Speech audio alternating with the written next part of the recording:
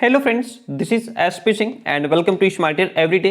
तो प्यारे दोस्तों, सीटेट 2022 को टारगेट करते हुए जो क्लासेस हम लोग चला रहे हैं उसमें आज से क्लास नंबर 7 है। इससे पहले ईवीएस की 6 क्लासेस कंप्लीट हो चुकी है। अगर आपने उनको नहीं देखा है तो देख लीजिएगा। ठीक है, बहुत ही बेहतरीन, बहुत ही गजब क्वेश्चंस रहेंगे। हर एक क्लास में 30 क्वेश्चंस का कलेक्शन होता है और आज के भी ये बहुत ही सुपर इंपॉर्टेंट 30 क्वेश्चन का कलेक्शन आपको मिलने वाला है। तो चलिए शुरू करते हैं। पहला क्वेश्चन आपके सामने है, देखिए। फर्स्ट क्वेश्चन कहता है, हर एक क्वेश्चन को डीपली समझते हुए चलेंगे। निम्नलिखित में से कौन सा जोड़ा ठीक है, हमें इसमें सही ढूंढना है। ये जो है ये आपके राज्य लिखे हुए हैं और ये उन राज्य के जो लोक नृत्य हैं वो लिखे हुए हैं। किस राज्य का कौन सा लोक नृत्य है ये आपको इसके लिए पता होना चाहिए, तभी आप इसमें सही ढूंढ सकते हैं। असम का लोक नृत्य क्या है? क्या बिहू है? ओडिशा का लोक नृत्य भरतनाट्यम है? तमिलनाडु का लोक नृत्य लावणी है? या कर्नाटक का लोक नृत्य कथक है? इसमें 3 गलत जोड़े हैं, एक ही सही है और वो है हमारा असम और बिहू वाला, क्योंकि असम का जो लोक नृत्य है वो बिहू है। असम का लोक नृत्य क्या है? बिहू है। ठीक है। ओडिशा का जो लोक नृत्य है उसको ओडिसी कहते हैं। क्या कहते हैं? ओडिसी कहते हैं। ठीक है, ओडिसी कहते हैं। अगर भरतनाट्यम की जगह ओडिसी लिखा होता या छाऊ लिखा होता, क्या लिखा होता? छाऊ लिखा होता, तब ये बात हम मान लेते कि ये ऑप्शन सही हो सकता था। कब सही हो सकता था? जब भरतनाट्यम की जगह पे ओडिसी लिखा होता या छाऊ लिखा होता, तब ये बात सही हो सकती थी हमारी। ठीक है, इसलिए क्या होगा, ये भी ऑप्शन हमारा गलत हो गया, क्योंकि भरतनाट्यम ओडिशा का लोक नृत्य नहीं है, ये तमिलनाडु का है। चलिए, अच्छा, अब ये जो तमिलनाडु है इसका लोक नृत्य क्या है? तमिलनाडु का लोक नृत्य क्या है? भरतनाट्यम है। भरतनाट्यम या कोलाटम भी होता है, कहते हैं। क्या कहते हैं? कोलाटम भी कहते हैं। ओके, तो लावणी जो है वो तमिलनाडु का लोक नृत्य नहीं है। ये भी ऑप्शन गलत हो जाता है इस वजह से। अगर यहाँ कोलाटम होता या भरतनाट्यम होता तो बात सही हो जाती। कर्नाटक कथक, कर्नाटक का लोक नृत्य क्या है? कर्नाटक का लोक नृत्य जो है उसको यक्षगान कहते हैं। क्या कहते हैं? यक्षगान कहते हैं। यक्षगान कहते हैं। या यहाँ पे अगर सुग्गी लिखा होता, क्या लिखा होता? सुग्गी लिखा होता, तब भी हम सही मान लेते। ठीक है, और अगर यहाँ पे करगा लिखा होता तब भी हम सही मान लेते। ठीक है, क्योंकि सुग्गी, करगा, यक्षगान ये कर्नाटक के लोक नृत्य हैं। तो बात क्लियर हुई। असम और बिहू ये बात सही है, बाकी सारे ऑप्शन यहाँ पे गलत दिए हुए हैं। यहाँ तक बात क्लियर होती है। नेक्स्ट क्वेश्चन आपसे कहता है, हमारे देश के लगभग सभी भागों में मिर्च का उपयोग भोजन पकाने में किया जाता है। हम लोग मिर्च खूब खाते हैं, भोजन में भी डालते हैं, कभी कभी ऊपर से भी खाते हैं। तो आप सभी जानते हैं मिर्च, है ना। हमारे देश में मिर्च को लाने वाले व्यवसायी आए थे। कहाँ से आए थे? ऑस्ट्रेलिया से आए थे, उज्बेकिस्तान से आए थे, दक्षिण अमेरिका से या फिर अफगानिस्तान से। तो हमारे देश में जो मिर्च आई थी उसको लाने वाले दक्षिण अमेरिका से थे। कहाँ से थे? दक्षिण अमेरिका से। मिर्च का जो मूल उद्गम देश है वो अमेरिका, मैक्सिको माना जाता है। क्या माना जाता है? अमेरिका, मैक्सिको को जो है मिर्च का मूल उद्गम मैक्सिको माना जाता है, अमेरिका।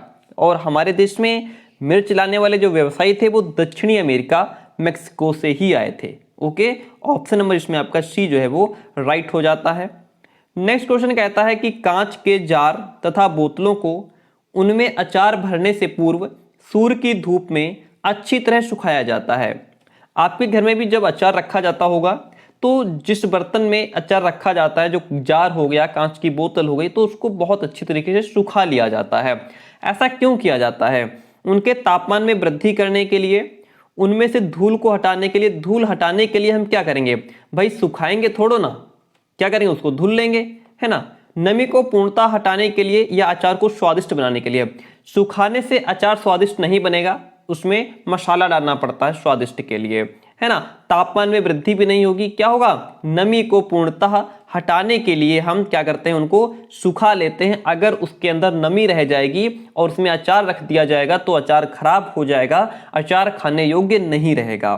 ठीक है, अच्छी तरह सुखाया जाता है ताकि उसके अंदर की जो नमी है वो पूर्ण तरीके से हट जाए। क्वेश्चन कहता है, कक्षा 5 की पर्यावरण अध्ययन की पाठ्यपुस्तक का एक पाठ है। पाठ का नाम है उसी से ठंडा उसी से गर्म।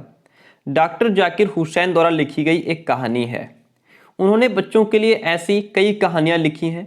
अपनी मृत्यु के समय वे थे, जो डॉक्टर जाकिर हुसैन हैं, उन्होंने जो पाठ्यपुस्तक का एक पाठ है जिसका नाम है उसी से ठंडा उसी से गर्म, वो डॉक्टर जाकिर हुसैन ने लिखी है। ठीक है। अच्छा, ये जब इनकी मृत्यु हुई थी तो वो क्या थे? भारत के मुख्य न्यायाधीश थे, उपराष्ट्रपति थे, राष्ट्रपति थे या फिर प्रधानमंत्री थे? तो जो डॉक्टर जाकिर हुसैन हैं, आपको हम बताते चलें, ये भारत के तीसरे राष्ट्रपति थे। भारत के तीसरे राष्ट्रपति कौन थे? डॉक्टर जाकिर हुसैन। भारत के तीसरे राष्ट्रपति कौन थे? डॉक्टर जाकिर हुसैन। इनका जो कार्यकाल था वो 1967 से 1969 तक रहा। कितना? 1967 से 1969 तक इनका कार्यकाल रहा। और ये जब इनकी मृत्यु हुई थी तब ये राष्ट्रपति थे, हमारे देश के क्या थे? राष्ट्रपति थे। इनकी मृत्यु 3 मई 1969 को हुई थी। ठीक है, 3 मई 1969 को इनकी मृत्यु हो गई थी। ओके, इन्होंने क्या किया? जो है कि पर्यावरण के क्षेत्र में उसी से ठंडा उसी से गर्म नामक पुस्तक लिखी थी। तो आपकी क्या बात इसमें हो गई? ऑप्शन नंबर सी इसमें आपका राइट वन हो गया। बहुत ही बेहतरीन क्वेश्चन है, सीटेट 2014 में पूछा गया क्वेश्चन है कि ब्रेल लिपि में मोटे कागज पर उभरे हुए बिंदु बने होते हैं, है ना? मोटे कागज पर उभरे हुए बिंदु बने होते हैं, ये लिपि आधारित होती है। कितने बिंदुओं पर आधारित होती है? अच्छा, ये जो ब्रेल लिपि होती है किसके लिए होती है? ब्रेल लिपि जो ब्लाइंड हैं, है ना, जो दृष्टिहीन हैं, जो नेत्रहीन हैं, उनके लिए होती है। वो ब्रेल लिपि के माध्यम से पढ़ सकते हैं। वो इसे स्पर्श करके, टच करके, किसको? वो इसको स्पर्श करके, टच करके लिखने और पढ़ने में यूज में लेते हैं। ठीक है। इसका जो आविष्कार था ब्रेल लिपि का, वो 1821 ईस्वी में हुआ था। किसने किया था? जिसने किया था वो भी ब्लाइंड थे, दृष्टिहीन थे। फ्रांस के थे, जिनका नाम था लुई ब्रेल। फ्रांस के थे जिन्होंने इसका आविष्कार किया था, उनका नाम लुई ब्रेल था। 1821 में इन्होंने इसका आविष्कार किया था। ठीक है। और इसमें क्या होता है कि मोटे कागज पर उभरे हुए बिंदु बने होते हैं। उभरे होने के कारण इन्हें टच करके पढ़ा जा सकता है। ये जो लिपि है हमारी, वो 6 बिंदुओं पर आधारित होती है। कितने बिंदुओं पर? 6 बिंदुओं पर आधारित होती है। कितनी बातें यहाँ पे क्लियर हुई? नंबर 1 तो जैसे कि ये जो ब्रेल लिपि होती है वो जो ब्लाइंड लोग हैं उनके लिए होती है। आविष्कार इसका कब हुआ? 1821 में हुआ। किसने किया? लुई ब्रेल ने किया। जो लुई ब्रेल ने किया था वो भी अंधे ही थे, फ्रांस के रहने वाले थे। बात यहाँ तक क्लियर होती है, 6 बिंदुओं पर आधारित होती है। क्वेश्चन कहता है बिहार राज्य के लोगों के लिए, बिहार राज्य के जो लोग हैं उनके लिए मधुमक्खी पालन शुरू करने की सबसे अच्छी अवधि कौन सी है? वो सबसे अच्छा समय कौन सा है जब वो मधुमक्खी पालन शुरू कर सकते हैं? तो वो जो समय है उनका, वो अक्टूबर से दिसंबर तक का होता है, क्योंकि यह समय मधुमक्खियों के अंडे देने का समय होता है ना। और जो ये हमारा बिहार है ना, ये भारत का सबसे अग्रणी राज्य है मधुमक्खी पालन में। इस बात को ध्यान रखिएगा, बिहार जो है वह मधुमक्खी पालन में सबसे अग्रणी यानी कि सबसे आगे, है ना, ये नंबर 1 पर कह सकते हैं राज्य है मधुमक्खी पालन में। मधुमक्खी पालने का समय इनका अक्टूबर से दिसंबर होता है, क्योंकि यह समय जो है मधुमक्खी पालने के लिए सबसे अच्छा माना जाता है, क्योंकि यह मधुमक्खियों के अंडे देने का समय होता है। ओके। क्वेश्चन कहता है आबू धाबी के विषय में सही कथन चुनना है। इसमें 4 स्टेटमेंट में कौन कौन स्टेटमेंट हैं जो आबू धाबी के विषय में सही बात कहते हैं? नंबर 1 तो आबू धाबी रेगिस्तानी इलाके में है। ये तो बात सही है, 100% सही है कि जो आबू धाबी है वो रेगिस्तानी इलाके में है। ठीक है, रेगिस्तानी इलाके में है। आपको पता है रेगिस्तान में बारिश नहीं होती है, इसलिए रेतीले जमीन के नीचे तेल होता है, बारिश नहीं होती है ना। तो वहां जो रेतीला जमीन है उसके नीचे तेल होता है, इसीलिए यहां पेट्रोल आसानी से मिल जाता है। जब आसानी से मिल जाता है तो फिर जाहिर सी बात है कि पानी जो है वो पेट्रोल से महंगा मिलता है ना। पानी नहीं मिलता, पेट्रोल आसानी से मिल जाता है, इसीलिए आबू धाबी में पानी पेट्रोल से महंगा है। ओके। यहाँ की जो स्थानीय भाषा है वो अरबी है, ये भी बात सही है, तीनों बातें सही है। चौथी भी बात हो सकता सही हो। आबू धाबी की जो मुद्रा है यानी कि जो रुपए हैं उसको दिनार नहीं माय डियर फ्रेंड, उसको दिरहम कहते हैं। क्या कहते हैं? दिनार नहीं, उसको दिरहम कहते हैं। अगर यहाँ दिरहम लिखा होता तो ये चारों बातें सही हो जाती। ये 3 बातें तो सही हैं कि अबू धाबी रेगिस्तानी इलाके में है, यहाँ पेट्रोल जो है पानी पेट्रोल से महंगा है, स्थानीय भाषा अरबी है, लेकिन ये इसलिए कट जाता है क्योंकि यहाँ दिनार लिखा है, जबकि अबू धाबी की जो मुद्रा है, जो रुपए है, उसको दिरहम कहते हैं। ओके, तो ए बी सी सही है हमारा, यानी कि ए बी सी सही है। ठीक है, ऑप्शन नंबर डी इसमें आपका राइट हो जाएगा। नेक्स्ट क्वेश्चन हमारा ब्रेल लिपि से संबंधित। ब्रेल लिपि के बारे में अभी हमने बहुत अच्छी तरीके से जान लिया है। ब्रेल लिपि के बारे में नीचे दिए गए कथनों का अध्ययन कीजिए। नंबर 1, ब्रेल को मोटे कागज पर बिंदु, उभरे बिंदु बनाकर लिखा जाता है। ये तो बात सही है, हमने पढ़ा था अभी, है ना, कि उसको मोटे कागज पर जो है लिखा जाता है। यह लिपि 8 बिंदुओं पर आधारित होती है। जी नहीं, क्या पढ़ा था? हमने पढ़ा था यहाँ 6 बिंदुओं पर आधारित होती है। ओके, बिंदुओं की पंक्तियां किसी नुकीले औजार से बनाई जाती हैं। जी हाँ, बात ये भी सही है। इसे उभरे बिंदुओं पर हाथ फेर करके उनको टच करके पढ़ा लिखा जाता है। ये भी बात सही है। ठीक है, तो 1, 3 और 4 सही है। ये इसलिए गलत हो गया क्योंकि यहाँ 8 लिखा है, अगर 6 लिखा होता तो ये भी ऑप्शन हमारा सही हो जाता, यानी कि 1, 3 और 4। Option number A is the right one over here. आगे बढ़ते हैं। मधुमक्खी पालन के विषय में, मधुमक्खी पालन के विषय में सही कथन हमको चुनना है। 4 स्टेटमेंट है। मधुमक्खी पालने के विषय में कौन से सही है इसमें? देखिए, मधुमक्खी पालन शुरू करने का सबसे अच्छा समय जनवरी से मार्च तक है। ये तो पहले गलत हो गया। अभी हम लोगों ने पीछे पढ़ा था कि जो सही समय है वो अक्टूबर से दिसंबर होता है। क्या होता है? अक्टूबर से दिसंबर होता है, तो ये तो पहले ही कट गया। लीची के फूल मधुमक्खियों को लुभाते हैं। जी हाँ, बात सही है। जो लीची के फूल होते हैं वो मधुमक्खियों को खूब लुभाते हैं। ये तो ऑप्शन सही है। मधुमक्खी पालने और उनके द्वारा उत्पादित शहद का भंडारण करने के लिए बक्सों की आवश्यकता होती है। जो बॉक्स होते हैं उनकी आवश्यकता होती है। मधुमक्खियों के लिए मीठा घोल बनाने के लिए चीनी खरीदी जाती है। ये भी बात बिल्कुल सही है। तीनों बातें जब सही हो जाती हैं तो हम ऑप्शन नंबर सी के साथ चले जाते हैं, सेकंड, थर्ड और फोर्थ। पहला इसलिए गलत है क्योंकि यहाँ पे जनवरी लिखा हुआ है। अगर यहाँ पे अक्टूबर से दिसंबर लिखा होता तो बात ये भी सही हो जाती। चलिए फिर क्वेश्चन कहता है, एक शिक्षिका तनावग्रस्त बच्चे की पहचान कर सकती है जब बच्चा निम्नलिखित व्यवहार प्रदर्शित कर सकता है। मान लीजिए आप क्लास में पढ़ाने के लिए गए, यहाँ पे आप अपने आप को रख करके देख लिया करिए। शिक्षक हैं, शिक्षिका हैं, मान लीजिए आप क्लास में पढ़ाने के लिए गए। अब आप बच्चे को कैसे पहचानेंगे कि बच्चा तनावग्रस्त है? बच्चा तनाव में है, टेंशन में है, चिंता कर रहा है, परेशान है, दुखी है, उसको कोई दुख दर्द कोई समस्या है, कैसे उसको आप पहचानेंगे? पढ़ाई में पूर्ण एकाग्रता होगी बच्चे की तो आप पहचान लेंगे। जब पढ़ाई में पूर्ण एकाग्रता होगी तो बच्चा तनावग्रस्त नहीं हो सकता। अगर तनावग्रस्त है, उसको कोई दुख दर्द समस्या है, कोई चिंता है, तो वो एकाग्र नहीं कर पाएगा पढ़ाई में, है ना। हम लोग भी अगर कोई जरा सी प्रॉब्लम होती तो अपने काम पर फोकस नहीं कर पाते हैं। बहुत बात करना, जो बच्चा बहुत बात करता है कि क्या वो तनावग्रस्त होता है? ऐसा तो नहीं है। जो आदमी तनाव में होता है वो बात नहीं करता है। तो ये भी ऑप्शन यहाँ पे कट जाता है। हाइपर एक्टिविटी, अति सक्रियता, जो बच्चा एक्टिव है, हाइपर एक्टिविटी जो कर रहा है वो भी तनावग्रस्त नहीं हो सकता। सीधी सी बात है, जो बच्चा आक्रामक व्यवहार कर रहा है, लड़ाई झगड़े कर रहा है बिना मतलब, है ना, दूसरे पर चिल्ला रहा है, तो इसका मतलब है बच्चे को कोई समस्या है, कोई दुख दर्द है, कोई चिंता है, परेशानी है ना। तो हम इसलिए ऐसे पहचानेंगे, आप ऐसे पहचानेंगे क्लास में कि जो बच्चा आक्रामक व्यवहार कर रहा है, बिना मतलब लड़ाई झगड़े कर रहा है, दूसरे पर चिल्ला रहा है, तो इसका मतलब है बच्चे को कोई समस्या है। आप बच्चे को उसकी समस्या का कारण जानने का प्रयास करेंगे। आक्रामक व्यवहार बच्चे का देख करके हम पहचान सकते हैं कि बच्चा तनावग्रस्त है। क्वेश्चन कहता है, who build the Golconda fort? Golconda किला किसने बनवाया था? चोल राजवंश, चालुक्य राजवंश, काकतीय राजवंश या फिर पल्लव राजवंश? देखिए, जो गोलकोंडा किला है, गोलकोंडा या इसको गोलकुंडा भी कहते हैं, ये हमारे दक्षिण भारत का एक राज्य है, तेलंगाना। दक्षिण भारत का एक राज्य है तेलंगाना। तेलंगाना की राजधानी है हैदराबाद, उसमें स्थित है ये क्या? गोलकोंडा। और इसका ये जो नाम था वो तेलुगु शब्द एक होता है गोल्लाकोंडा, उसके नाम पर इसका नाम गोलकोंडा रखा गया था। इसको काकतीय राजवंशों ने बनवाया था। किसने बनवाया था? इसको काकतीय राजवंश के द्वारा इसका निर्माण करवाया गया था। ऑप्शन सी यहाँ पे आपका राइट हो जाता है।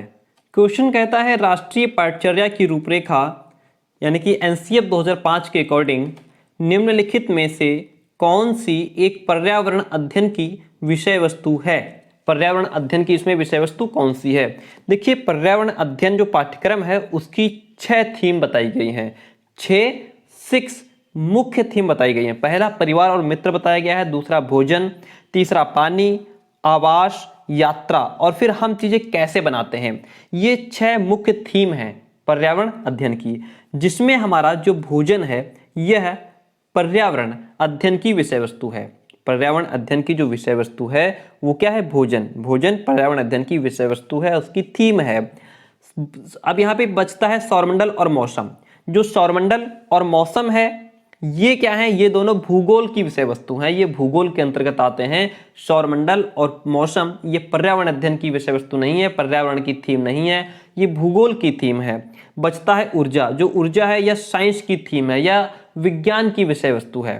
ठीक है, भोजन हमारा पर्यावरण का हो गया, सौरमंडल मौसम ये दोनों भूगोल की थीम है, ऊर्जा हमारा साइंस की थीम है। बात क्लियर हुई। तो यहाँ पे ऑप्शन जो था हमारा वो क्या राइट हो गया, ऑप्शन नंबर ए जो है वो यहाँ पे हमारा राइट हो जाता है। क्वेश्चन इज, किस राष्ट्रीय पाठचर्या फ्रेमवर्क एनसीएफ ने प्राथमिक स्तर पर एक एकीकृत पाठचर्या क्षेत्र के रूप में पढ़ाए जाने के लिए पर्यावरण अध्ययन की सिफारिश की थी। तो एनसीएफ 2000, किसने, एनसीएफ 2000 राष्ट्रीय पाठचर्या फ्रेमवर्क 2000 ने प्राथमिक स्तर पर एक एकीकृत पाठचर्या क्षेत्र के रूप में पढ़ाए जाने के लिए पर्यावरण अध्ययन की सिफारिश की गई थी। ठीक है, इससे पहले जो राष्ट्रीय पाठचर्या फ्रेमवर्क हमारा 1975 था या जो 1988 था, इनमें पर्यावरण शिक्षा को प्राथमिक कक्षाओं में पढ़ाने की सिफारिश की थी, लेकिन उसमें यह प्रस्तावित था कि पर्यावरण अध्ययन में जो कक्षा 1 और 2 में इसमें जो है प्राकृतिक और सामाजिक पर्यावरण को सम्मिलित रूप से पढ़ाया जाना चाहिए, है ना। और जो कक्षा 3 से 5 तक के थे इसे पर्यावरण भाग 1 और पर्यावरण भाग 2 के रूप में जो है सामाजिक अध्ययन और विज्ञान दोनों को अलग अलग विषय के रूप में पढ़ाया जाना चाहिए। तो राष्ट्रीय पाठचर्या 2000 में पहली बार पर्यावरण अध्ययन को सामाजिक अध्ययन और विज्ञान के रूप में अलग अलग ना करके उसको एक समेकित रूप से पढ़ाने की सिफारिश की गई थी। इसलिए ऑप्शन नंबर यहाँ पे सी जो है वो आपका राइट हो जाएगा। निम्नलिखित में से कौन सा एक पर्यावरण अध्ययन के संबंध में सच नहीं है। इसमें 4 बातें लिखी हैं, इसमें कौन सी एक बात है जो पर्यावरण के बारे में सच नहीं है। देखिए, पर्यावरण अध्ययन बाल केंद्रित अध्ययन है, जो ईवीएस है वो based on child centred learning है। जी हाँ, बात सही है, चाइल्ड सेंटर्ड है, बाल केंद्रित अध्ययन है, जिससे बच्चे जो हैं वो स्वयं खोज करके पता करने का उनको अवसर मिले, रटने से बचें, है ना, बच्चा खुद जो है अपने ज्ञान का निर्माण करे। पर्यावरण अध्ययन बच्चों को अपने परिवेश को खोजने का अवसर देता है। पर्यावरण अध्ययन में बच्चों को मौका दिया जाए कि वे अपने विचार प्रकट करें, उत्सुक बने, करके देखें, सीखें, प्रश्न करें, प्रयोग करें, है ना। ये सारी चीजें बच्चों को उनको अवसर मिलना चाहिए। पर्यावरण अध्ययन वर्णनों और परिभाषाओं पर बल देता है, ये बात बिल्कुल सरासर गलत है। परिभाषाओं पर अगर बल देंगे तो फिर रट्टाफिकेशन हो जाएगा, रोट लर्निंग पर जोर हो जाएगा। पर्यावरण अध्ययन की जो प्रकृति है वो एकीकृत है, इंटीग्रेटेड है। तो आपने क्या समझा, आपने समझा कि जो पर्यावरण है वो बाल केंद्रित है, यानी कि यहाँ पर बच्चे को पूरा मौका दिया जाता है, बच्चे को छूट दी जाती है, बच्चा जो है उसको स्वयं वो खोज करे, एक्सप्लोर करे, है ना, पता लगाए, उसको पढ़ने, उसको चीज़ों को ढूंढने समझने का अवसर मिले, है ना, अपने परिवेश को खोजने का अवसर मिले, अपने विचारों को प्रकट करने का उसको मौका मिलना चाहिए। बच्चा उत्सुक बने, करके देखे, सीखे, प्रयोग करे, प्रश्न करे, है ना, परिभाषाओं पर जोर ना हो। पर्यावरण के अध्ययन की प्रकृति एकीकृत होती है, तो ये बात बिल्कुल भी सच नहीं है। ओके, बात क्लियर होती है। निम्नलिखित में से कौन सा वर्तमान पर्यावरण अध्ययन पाठ्यक्रम के 6 मुख्य थीमों में से एक नहीं है। 6 जो मुख्य थीमें हैं उनमें से एक कौन सा नहीं है। मैंने अभी आपको बताया था कि वर्तमान पर्यावरण अध्ययन पाठ्यक्रम की जो है वो 6 मुख्य थीम है। ठीक है, जैसे कि मैंने आपको बताया था परिवार और मित्र हो गया, है ना, भोजन हो गया, पानी हो गया, आवास हो गया। देखिए, आवास ये भी मुख्य जो है हमारी थीम है। हम चीजें कैसे बनाते हैं, है ना, things we make and do, ये भी क्या है, ये भी पर्यावरण अध्ययन की मुख्य थीम है। और जो भोजन है यह भी पर्यावरण अध्ययन की मुख्य थीम है। जो यहाँ पे काम और खेल है यह थीम नहीं है, ये उप थीम है। क्या है, ये थीम ना होकर के ये उप थीम है, और हमसे क्वेश्चन में ओनली थीम पूछ रहा है, इसलिए ये ऑप्शन आपका गलत हो जाएगा। अगर ये उप थीम है तो किसकी उप थीम है, ये जो है परिवार और मित्र की उप थीम हो जाएगी। काम और खेल जो है ये परिवार और मित्र की उप थीम है, ये थीम नहीं है। ओके, इसलिए ये गलत हो जाएगा। बाकी ये तीनों ही हमारी क्या हैं, पर्यावरण अध्ययन की मुख्य थीम के अंतर्गत आते हैं। नेक्स्ट वन क्वेश्चन इज, निम्नलिखित में से कौन सा पर्यावरण अध्ययन पाठ्यक्रम के सुझावित प्रकरणों का उप प्रकरण है? आपको समझ नहीं आएगा क्वेश्चन कह रहा है कि इसमें कौन जो है वो पर्यावरण अध्ययन के पाठ्यक्रम के अंतर्गत जो भी थीम है उसकी उप थीम पूछ रहा है। ये जो भी थीम्स हैं उसकी सब थीम पूछ रहा है। क्या पूछ रहा है? सब थीम। ठीक है, जिसको हम लोग उप थीम कह रहे हैं वो हमारा सब थीम है, उप प्रकरण पूछ रहा है। तो देखिए इसमें हमारा जो जानवर है यह पर्यावरण अध्ययन पाठ्यक्रम का सुझावित प्रकरणों का उप प्रकरण है, यानी कि ये सब थीम है। अगर ये सब थीम है तो किसका सब थीम है? ये आपका परिवार और मित्र का सब थीम है। जो पर्यावरण और मित्र है ये तो पर्यावरण अध्ययन की थीम है, लेकिन जो जानवर है ये उप थीम हो जाएगा। देखिए सुनिए मेरी बात, जैसे कि हम लोगों के जो आपसी संबंध होते हैं, हमारा जो काम और खेल है, जो जानवर हैं, जो पौधे हैं, ये चार चीज़ें हो गई। क्या हो गई? पहली चीज़ हो गई आपसी संबंध हमारे, दूसरा काम और खेल, तीसरी जानवर, चौथे पौधे। ये चार चीज़ें जो हैं वो परिवार और मित्र की उप थीम के अंतर्गत आते हैं। ठीक है, तो ये जो जानवर है ये इसकी उप थीम है और हमसे यहाँ पे उप प्रकरण यानी कि उप थीम ही पूछ रहा है। बाकी जैसे हम चीज़ों को कैसे बनाते हैं, परिवार और मित्र, भोजन, ये सब भी हमारा पर्यावरण अध्ययन की थीम के अंतर्गत आ जाता है। ओके, चलिए फिर नेक्स्ट वन इज, एनसीईआरटी की पाठ्यपुस्तकों में पर्यावरण अध्ययन को उच्च प्राथमिकता और स्थान दिया गया है। एनसीईआरटी की जो पाठ्यपुस्तक हैं उनमें पर्यावरण अध्ययन को उच्च प्राथमिकता दी गई है, ऊंचा स्थान दिया गया है। क्यों दिया गया है? अधिक संख्या में अभ्यास प्रश्नों को शामिल करने के लिए दिया गया है। अधिक संख्या में अभ्यास प्रश्न डाले जाएं। क्या किया जाए? अधिक संख्या में अभ्यास प्रश्न। ऐसा नहीं है कि आप ज़्यादा से ज़्यादा या अधिक संख्या में अभ्यास प्रश्न देंगे। विषय की आधारभूत संकल्पनाओं की व्याख्या करने के लिए, चिंतन और विस्मय के लिए शिक्षार्थियों को अवसर उपलब्ध कराने के लिए। ये ऑप्शन ठीक लग रहा है क्योंकि यहाँ पे शिक्षार्थियों को अवसर मिल रहा है। तकनीकी शब्दावली की सटीक परिभाषाएं उपलब्ध कराने के लिए। सिर्फ परिभाषाओं पर जहां भी जोर होगा आप उस ऑप्शन को आंखें बंद करके काट देंगे, वो ऑप्शन हमारा सही नहीं हो सकता जहां परिभाषाओं पर जोर दिया जाए। ठीक है, ये ऑप्शन इसलिए कट गया क्योंकि यहाँ पे परिभाषाओं पर जोर है, ये इसलिए कट गया क्योंकि यहाँ अभ्यास प्रश्नों पर जोर है, और ये जो है वो केवल विषय की जो आधारभूत संकल्पनाएं हैं उन्हीं की व्याख्या करेगा। बच्चा इसमें कहीं भी एक्टिव नहीं दिख रहा है। यहाँ अभ्यास प्रश्न जो है भारी पड़ रहे हैं बच्चों पर, यहाँ विषय वस्तु की जो है सिर्फ एक्सप्लेनेशन है और यहाँ परिभाषाओं पर जोर है। बच्चा एक्टिव नहीं है। बच्चा हमारा कहाँ एक्टिव है? बच्चा यहाँ पर एक्टिव दिख रहा है। हमको सिर्फ 3 वर्ड मिले, शिक्षार्थियों को अवसर, इसी से हमने पहचान लिया कि यही ऑप्शन हमारा सही है, क्योंकि यहाँ बच्चों को क्या मिल रहा है? यहाँ बच्चों को ज़्यादा से ज़्यादा अवसर मिल रहा है। बच्चे अपनी बात को कह पाएंगे, रख पाएंगे, या उनको जैसे चीज़ों को एक्सप्लोर करने का मौका मिलेगा, अपने विचारों को प्रकट करने का मौका मिलेगा। बच्चे करके सीखेंगे, प्रयोगशाला के माध्यम से सीखेंगे, यूज़ करके सीखेंगे, है ना। तो यहाँ बच्चा ज़्यादा एक्टिव है, इसलिए ऑप्शन नंबर सी जो है आपका वो राइट हो जाएगा।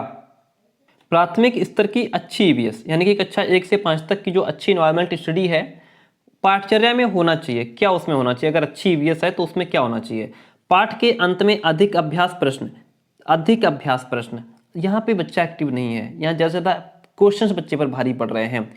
अपने आसपास को खोजने के अवसर प्रदान करना, संकल्पनाओं की विस्तृत व्याख्या पर अधिक एकाग्रता, पदार्थों की सेम क्वेश्चन, सेम हमको लगभग सेम जो है ऑप्शन मिल गए हैं यहाँ पे। उसमें भी क्या था? अभ्यास प्रश्नों पर जोर था, इसलिए हमने ऑप्शन को काट दिया था। संकल्पनाओं की विस्तृत व्याख्या, जो भी टॉपिक था उसकी व्याख्या पर जोर था, है ना, उसी पर एकाग्रता हो रही थी, बाहरी चीजों को उसमें इंक्लूड नहीं किया जा रहा था। परिभाषाओं पर जोर दिया जा रहा था, इसलिए हमने उसको काट दिया था। हमने किस ऑप्शन को सही किया था? जहां बच्चे को खोजने का अवसर मिल रहा था, है ना। तो अच्छी ईवीएस का मतलब है कि बच्चा अपने आसपास की जो जानकारी है, घटनाएं हैं, है ना, जो भी घटित हो रहा है उससे संबंधित जानकारी बच्चे को मिले, बच्चा एक्सप्लोर करके सीखे, तो वहां जो है वो ऑप्शन हमारा ज्यादा सही होगा जहां बच्चा ज्यादा एक्टिव हमको दिखाई दे रहा है। यहां पूछ रहा है ईवीएस संक्षेपण डैश अर्थ में प्रयुक्त होता है, किसके अर्थ में? यानी कि सीधी सीधी बात यहां पूछ रहा है कि भैया ईवीएस की फुल फॉर्म बताओ। क्वेश्चन कह रहा है ईवीएस की फुल फॉर्म बताओ। ईवीएस की फुल फॉर्म होती इन्वायरमेंटल स्टडीज। क्या होती है? Environmental studies. Option number C सही है, इन्वायरमेंटल स्टडीज। ठीक है, इंग्लिश में लिखेंगे तो ENVIRO ENVIRONMENTAL environmental studies STUDIES। ठीक है, ये ईवीएस की फुल फॉर्म पूछ रहा था। ओके, बात यहां तक क्लियर हो गई। राष्ट्रीय पाठ्यचर्या रूपरेखा एनसीएफ 2005 ने कक्षा 1 और 2 के लिए, किसके लिए? कक्षा 1 और 2 के लिए पर्यावरण अध्ययन के किसी पाठ्यक्रम या पाठ्यपुस्तकों की संस्तुति नहीं की है। यानी कि कक्षा 1 और 2 में एनसीएफ ने प्रॉपर तरीके से ईवीएस की बुक नहीं दी है कि भैया ये पर्यावरण की किताब है आपकी। ठीक है, क्वेश्चन को समझने का प्रयास कीजिए। क्वेश्चन कह रहा है राष्ट्रीय पाठ्यचर्या रूपरेखा एनसीएफ ने कक्षा 1 और 2 के लिए पर्यावरण अध्ययन के किसी पाठ्यक्रम या पाठ्यपुस्तकों की संस्तुति नहीं की है। इसके लिए सबसे उपयुक्त कारण क्या है? क्यों, मतलब क्यों ऐसा है कि उन्होंने प्रॉपर तरीके से बच्चों को किताब नहीं दी कि ये भैया कक्षा 1 की ईवीएस किताब है और ये कक्षा 2 की ईवीएस किताब है। उन्होंने ऐसा नहीं किया है। ऐसा क्यों नहीं किया है, वो हमें रीजन पूछ रहा है इसमें। पाठ्यक्रम को भार कम करने के लिए कि अगर हम अलग से बुक दे देंगे तो बच्चों पर ज्यादा बोझ पड़ जाएगा, किताबें बढ़ जाएंगी। पर्यावरण अध्ययन केवल कक्षा 3 से आगे की कक्षाओं के लिए है, कक्षा 1 और 2 के लिए नहीं है, ऐसा उसने ऐसा किया है। या कक्षा 1 और 2 के शिक्षार्थी पढ़ना लिखना नहीं जानते, इसलिए उन्होंने जो है पाठ्यपुस्तक नहीं दी है कि भैया हम ईवीएस किताब नहीं देंगे, कक्षा 1 और 2 के बच्चे तो पढ़ना जानते ही नहीं है। संदर्भ युक्त अधिगम प्रवेश प्रदान करना। देखिए, सबसे बड़ी बात यह है, ऐसा नहीं है कि वो पाठ्यक्रम को भार कम कर रहे हैं या कक्षा 2 तक बच्चे ईवीएस पढ़ नहीं पाते, कक्षा 1-2 के शिक्षार्थी पढ़ना लिखना नहीं जानते, ऐसा नहीं है। सीधी सी बात है, संदर्भ युक्त अधिगम प्रवेश प्रदान करना। इसका मतलब ये हुआ कि कक्षा 1 और 2 में पर्यावरण अध्ययन से जो भी मुद्दे जुड़े हैं उनको भाषा के माध्यम से, किसके माध्यम से? भाषा के माध्यम से, गणित की किताब के माध्यम से बच्चों को पढ़ाया जाता है ना। जो हिंदी की बुक है, जो इंग्लिश की बुक बच्चे की है छोटी सी, है ना, कक्षा 1 और 2 की, उसके माध्यम से, प्लस जो मैथमेटिक्स की बुक है उसके माध्यम से बच्चों को पर्यावरण पढ़ाने का प्रयास किया जाता है। ठीक है, इसलिए ऑप्शन नंबर यहाँ पे जो डी है आपका वो राइट हो जाएगा। क्वेश्चन कहता है पर्यावरण अध्ययन शिक्षण के संदर्भ में, यानी कि ईवीएस टीचिंग के संदर्भ में राष्ट्रीय पाठ्यचर्या की रूपरेखा एनसीएफ 2005 निम्नलिखित में से किसे प्रस्तावित नहीं करती है? बच्चों के अनुभवों और संदर्भों से जोड़ने को प्रस्तावित नहीं करती है, हस्तपरक क्रियाकलाप, तकनीकी शब्दावली से परिचित कराना या विषय के अनुसार उपागम। तो यहाँ पे पर्यावरण अध्ययन के शिक्षण के संबंध में राष्ट्रीय पाठ्यचर्या रूपरेखा 2005 जो है एनसीएफ 2005, वह तकनीकी शब्दावली से परिचित कराने पर जोर नहीं देती है। एनसीएफ 2005 तकनीकी शब्दावली से परिचित कराने पर जोर नहीं देती है। क्यों नहीं देती है? क्योंकि इससे स्टूडेंट्स को समझने में प्रॉब्लम क्रिएट होती है, उन्हें स्वयं खोजकर प्राप्त करने का अवसर नहीं मिलता, क्योंकि यहाँ बच्चा एक्टिव नहीं है। यहाँ बच्चा एक्टिव नहीं है, इसलिए ये इस पर जोर नहीं देता, क्योंकि यहाँ पे जो शब्दावली है हम उससे सिर्फ परिचित कराएंगे, वहाँ बच्चा एक्टिव नहीं रहेगा, बच्चे को खोजने का अवसर नहीं मिलेगा, इसलिए वह इस पर जोर नहीं देता है एनसीएफ 2005। क्वेश्चन इज प्राथमिक स्तर पर कक्षा 1 से 5 तक की बात हो रही है। ईवीएस में समुदाय, क्या समुदाय सीखने सिखाने का एक महत्वपूर्ण संसाधन है, ऐसा क्यों है? प्राथमिक स्तर पर कक्षा 1 से 5 तक की बात हो रही है। ईवीएस में जो समुदाय होता है वह सीखने और सिखाने का एक बहुत इंपॉर्टेंट संसाधन है, ऐसा क्यों है? यह एक बहुत सस्ता संसाधन है या यह आसानी से उपलब्ध होने वाला संसाधन है? इसमें समझदार और बुजुर्ग व्यक्ति होते हैं, यह वास्तविक व्यक्तियों में सीखने के अवसर उपलब्ध कराता है। और राइट ऑप्शन इसमें हमारा यह वास्तविक स्थितियों में सीखने के अवसर उपलब्ध कराता है। देखिए, समुदाय में बच्चा स्वयं को सुरक्षित और अपने से जो है अपने आप को दूसरे से जुड़ा हुआ महसूस करता है। साथ ही बच्चे को वास्तविक स्थितियों में सीखने के अवसर प्राप्त होते हैं और जिससे बच्चे में क्या होता है, तेजी से अधिगम क्षमता का भी डेवलपमेंट होता है। इसलिए ऑप्शन नंबर यहाँ पे जो डी है वो आपका राइट हो जाएगा। क्वेश्चन है, बहुत बेहतरीन क्वेश्चन है। एक नवनियुक्त पर्यावरण अध्ययन के शिक्षक के रूप में पढ़ाने से पहले आपकी सबसे पहली प्राथमिकता क्या होगी? मान लीजिए आप जो है कि आपकी ज्वाइनिंग हुई है, नई नई, है ना, भगवान चाहेगा सबकी ज्वाइनिंग होगी। मान लीजिए आपकी नई नई ज्वाइनिंग हुई, आप पढ़ाने के लिए गए, है ना, सरकारी टीचर बन गए, आप पढ़ाने के लिए जाते हैं। तो ये कह रहा है कि जब आपकी नवनियुक्त जो है आप ज्वाइन होते हैं तो उसमें आपकी सबसे पहली प्राथमिकता क्या होगी पर्यावरण अध्ययन के तौर पर? मान लीजिए पर्यावरण अध्ययन के शिक्षक हैं, आप ईवीएस के टीचर हैं और आप नई नई आपकी ज्वाइनिंग होती है, तो आपकी क्लास में जाकर के आपकी सबसे पहली प्राथमिकता क्या होगी? आप सबसे पहला काम क्या करेंगे, ये बताइए। अब यहाँ पे आपको अपने आप को रख करके देखना है कि मेरी ज्वाइनिंग हुई है, मैं क्लास में पहली बार पढ़ाने गया हूँ, है, मैं ईवीएस का टीचर हूँ, तो मेरी प्राथमिकता क्या रहेगी? कक्षा में धीमी गति से सीखने वाले शिक्षार्थियों की पहचान करना, आप ये करेंगे कि जो बच्चे बहुत धीमा बहुत स्लो सीखते हैं उसकी आप पहचान करेंगे। शिक्षार्थियों के लिए पाठ के अनुसार विस्तृत नोट्स तैयार करेंगे कि बच्चों के लिए खूब बड़े बड़े जो है नोट्स तैयार कर लिए जाएं ताकि बच्चे सीखें। शिक्षार्थियों का समाज सांस्कृतिक प्रोफाइल विवरण तैयार करना या पहले से पाठ योजना तैयार करना। देखिए आप यहाँ पे क्या करेंगे कि शिक्षक के रूप में क्या करेंगे, ऑप्शन सी आपका सही है, मैं समझा देता हूँ कैसे। टीचर के रूप में किसी व्यक्ति की जो पहली प्राथमिकता है वो ये होनी चाहिए कि कक्षा में जो बच्चे अलग अलग कल्चर से, अलग अलग सांस्कृतिक सामाजिक क्षेत्र के हैं, भाई एक क्लास होती है उसमें तो हर संस्कृति के, हर कल्चर के, हर जाति समुदाय धर्म के बच्चे होते हैं, हमें उनकी पहचान करनी है। उसके बाद उन्हें उन्हीं के अनुकूल शिक्षा दी जानी चाहिए ताकि बच्चों के अधिगम में, उनके लर्निंग में किसी प्रकार का अवरोध उत्पन्न ना हो। यानी कि एनसीएफ कहता है कि हमें बच्चे को जरा सी भी समस्या उत्पन्न नहीं होने देनी है, टीचर का चाहे कुछ भी हो जाए, है ना। मतलब जो है बच्चे को पूरी आराम देनी है, ये बात मान के आप चलो। तो हम क्या करेंगे, बच्चों को पहले पहचानेंगे, है ना, उसकी मातृभाषा को समझेंगे, बच्चा क्या है, किस पृष्ठभूमि से आया है ना, उसी के अनुसार बच्चे को शिक्षा दी जाएगी ताकि बच्चे के अधिगम में कोई प्रॉब्लम ना आए। क्लास एंड होने वाली है और आपसे रिक्वेस्ट रहेगी कि बिना लाइक और बिना कमेंट आप नहीं जाएंगे। और जो भी जिस तरीके से मैं समझा रहा हूँ, समझाने का तरीका कैसा है, क्या आपको चीज़ें समझ में आ रही हैं, क्या और एक्सप्लेन किया जाए या ठीक है, तो आप अपना कमेंट जरूर दिया कीजिए, है ना, ताकि मैं और ज़्यादा, मतलब आपके कमेंट से काफ़ी मोटिवेशन मिलता है ताकि हम और बेहतर करने का प्रयास करें, आपको और बेहतर सिखा पाएँ। पर्यावरण अध्ययन की पाठ्यपुस्तक में पहेलियां शामिल करने का निम्नलिखित में से कौन सा उद्देश्य नहीं है।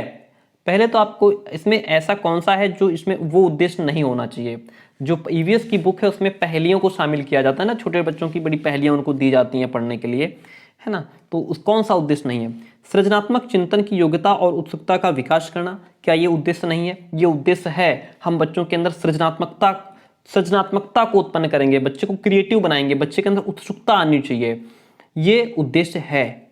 बच्चों में आलोचनात्मक चिंतन शक्ति विकसित करना, बच्चों में तर्क करने की शक्ति का डेवलपमेंट करना, या फिर बच्चे के मस्तिष्क को भ्रमित करना और उन्हें इस भ्रम का आनंद उठाने देना। ऐसा नहीं है, हम ये उद्देश्य नहीं है हमारा कि हम बच्चे को भ्रमित कर दें, है ना, और फिर इस भ्रम का आनंद उठाएं, ऐसा नहीं है, ठीक है। तो ये उद्देश्य नहीं है। ऑप्शन नंबर डी जो है इसमें आपका राइट हो जाएगा। तो प्यारे दोस्तों मैं आपसे कहना चाहूँगा कि क्लास एंड है, टेलीग्राम चैनल का लिंक जो है वो डिस्क्रिप्शन बॉक्स में है, इंस्टाग्राम का भी है।